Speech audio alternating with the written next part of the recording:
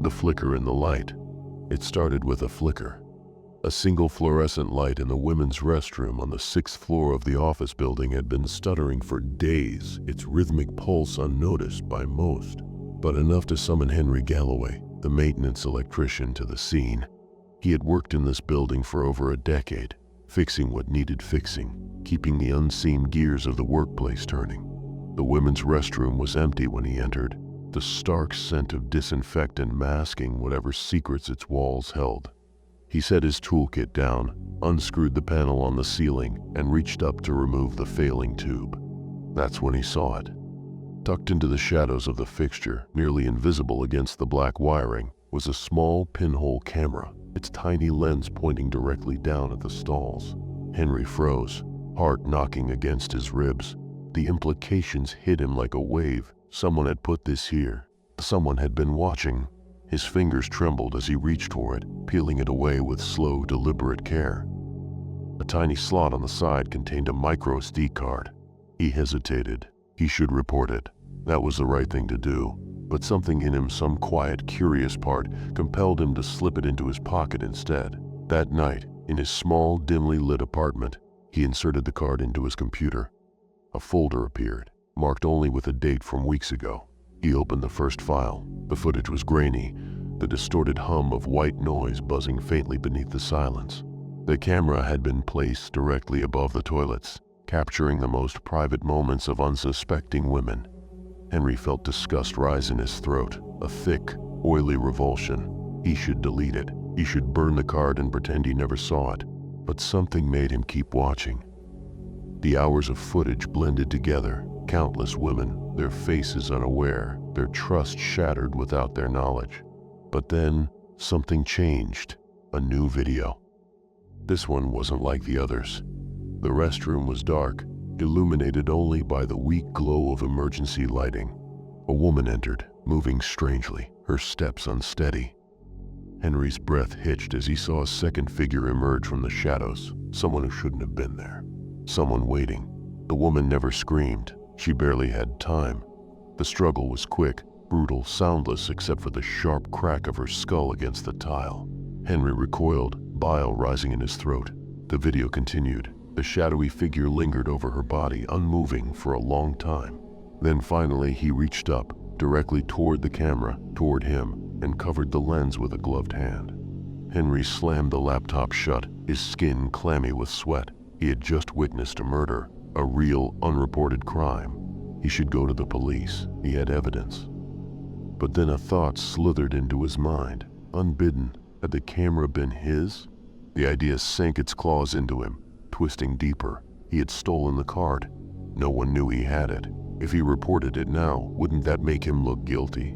His fingerprints were all over it. He was the only one who had found it. His hands shook as he pulled the card from the computer, staring at it like it was a live thing, something pulsing, something breathing. The decision settled over him like a fog. He would do nothing. He would say nothing. It wasn't his problem. The footage would stay hidden, but he couldn't unsee it. He couldn't unhear the quiet, final thud of the woman's skull against the cold, unyielding tile. Days passed, and the weight of the secret pressed down on him, heavy and unrelenting. But something else had begun to change. When the call came that another light in the same restroom was flickering, Henry felt something unexpected. Excitement. A reason to go back. A reason to check, to see if the cameras had been replaced. He found a second one tucked in a different fixture, identical to the first. The rush of discovery sent a shiver through him. This time he didn't hesitate. He pocketed the memory card before he even changed the light. The next night, the routine repeated. Alone in his darkened apartment, the glow of his laptop illuminating his face as he watched, and watched, and watched. The women blurred together, nameless, faceless. He told himself it was out of curiosity, out of concern, that he was keeping an eye on what was happening in that room. But a deeper part of him knew the truth. The third time, it wasn't just about checking the cameras. It was about replacing them, swapping the memory cards like clockwork, ensuring the cycle continued. He told himself he wasn't the one placing them, that he was merely maintaining them, keeping things in order, like he always did. No one suspected. No one questioned. He was the maintenance man, the fixer. He had access to everything. The power was intoxicating. The knowledge that he was the unseen watcher, the gatekeeper of secret lives. But then came the newest video, different from the rest. This time, it wasn't a woman. It wasn't even a victim. The camera feed showed an empty restroom for hours. Then, at precisely 3:07 a.m., movement. A figure stepped into view, tall, cloaked in shadow. He moved with eerie precision, as if he knew exactly where the camera was. He turned his head slightly, and Henry's breath caught in his throat. The man was wearing a mask, not a ski mask, not a balaclava, something different, something grotesque. A stretched, grinning face, frozen in a rictus smile. The figure tilted its head as if listening, as if aware. Then, slowly, he raised a single hand and pointed. Not at the camera, not at the stalls, at him, at Henry. The video ended. Henry stared at the screen, his mind unraveling. The apartment felt too quiet, too still. Then, tap, a sound from the hallway. Soft, deliberate. Tap, tap, closer. The light above his desk flickered, just once, and then it was gone. The apartment was bathed in darkness. Henry stumbled from his chair, heart racing, hand clutching the memory card like it might jump out of his palm. He fumbled to switch on the lamp, but the power was out.